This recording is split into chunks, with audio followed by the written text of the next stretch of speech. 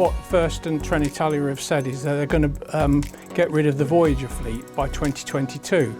They'll also have 263 extra trains by December 2022, which will obviously provide greater capacity for other services around the network.